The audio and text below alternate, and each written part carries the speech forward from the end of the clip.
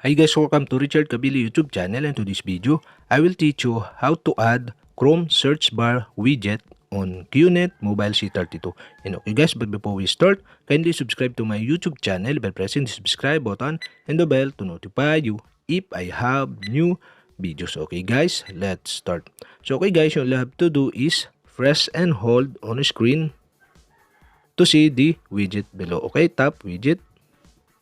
In widget, you can find the widget you want to add to your home screen by sliding to the left or to the right.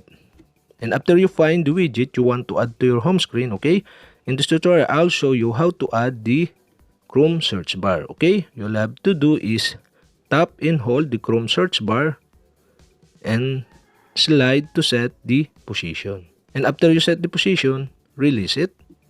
And that's it. We have successfully add Chrome search bar widget on your Qnet Mobile C32.